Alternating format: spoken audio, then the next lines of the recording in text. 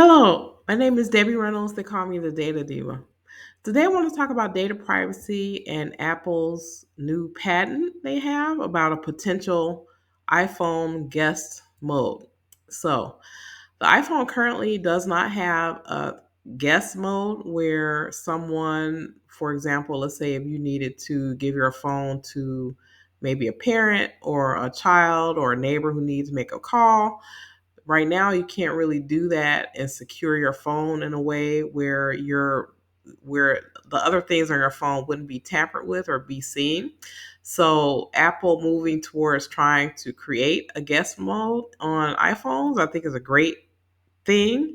What this will do is to be able to help people secure their data, especially in situations where they may have to share a phone, maybe, or even an iPad. Where, let's say, for instance, there is a device that's shared within a family or a household, or there's a device where there are situations where you have to have someone use it, maybe in a case of emergency, where they can use this particular device without divulging personal information, without breaching the confidentiality of what's on there, or damaging or changing any of the settings that the user or the owner of the device has. So this will create, in my view, enhanced privacy, especially if there is a situation where a device has to be shared or you have to be able to have someone use your phone or your iPad. It creates more parity and aligning with macOS, and then also it creates more practical ways for people to use their phones. So we see a lot of times that, in situations where, for example, maybe a parent is using a phone or maybe needs like less access to things to make things more simple. That's kind of the way that I would definitely use it. Or there's a child that maybe there's something you want them to look at or look at a game or something. They aren't tampering with other things on the phone or they aren't doing other things that you may not sanction. This is something I've wanted for a very long time on iPhones, knowing that, in my view, it was difficult to lock down a phone, especially, for example, let's say if you had a parent or a grandparent that was using iPhone or a smartphone, and you wanted to really limit what they can do.